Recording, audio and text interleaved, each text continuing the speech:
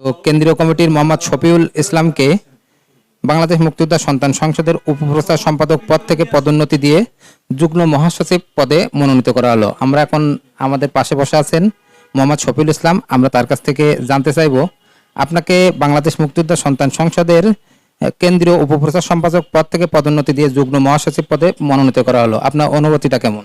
ধন্যবাদ উপস্থিত সকলকে আমার পক্ষ থেকে সালাম, আসসালামু আলাইকুম। অসংখ্য ধন্যবাদ বাংলাদেশ মুক্তিযোদ্ধা সন্তান সংসদের চেয়ারম্যান মহোদয় সুলেমান মিয়া ভাইকে। অসংখ্য ধন্যবাদ আমার পক্ষ থেকে এবং সকলের বীর পরিবারের পক্ষ থেকে মহাসচিব শফিকুল ইসলাম বাবু ভাইকে আমাকে পদোন্নতি দেওয়ার জন্য। আমি দীর্ঘদিন এই সংগঠনের সাথে জড়িত আছি। জড়িত থেকে দীর্ঘদিন যাবৎ রাজপথে আন্দোলন বিভিন্নভাবে সহযোগিতা আমি করে আসছি। আমাকে এর বিনিময়ে পদোন্নতি দেওয়ায় আমি অত্যন্ত খুশি এবং আনন্দিত। বাংলাদেশ মুক্তিযোদ্ধা সন্তান সংসদ একটি অরাজনৈতিক সংগঠন, যেখানে আমরা শুধু বীর পরিবারের পক্ষেই সামনে এগিয়ে যাব।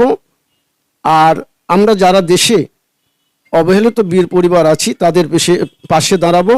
এটা আমার এবং আমাদের সংগঠনের পক্ষ থেকে সকল সদস্যবৃন্দদেরকে বিশেষভাবে অনুরোধ করে আমি সবাইকে আবার সালাম জানাই। আসসালামু আলাইকুম ও রহমতুল্লাহি ওয়া বারাকাতুহু।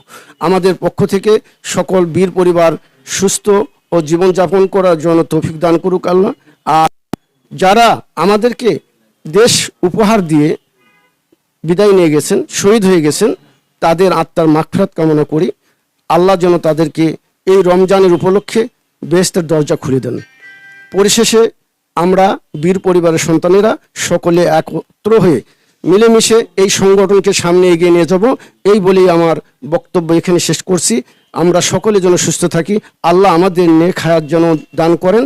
সকল মিলে আমরা একসাথে ঐক্যবদ্ধতা নিয়ে সামনে এগিয়ে যেতে চাই। বাংলাদেশ মুক্তিযোদ্ধা সন্তান সংসদের কেন্দ্র কমান্ডের পক্ষ থেকে সুলেমান মিয়া ভাই এবং বাবু ভাইকে অসংখ্য ধন্যবাদ জানাই। আমার বক্তব্য এখানে শেষ করছি। ধন্যবাদ আপনাকে।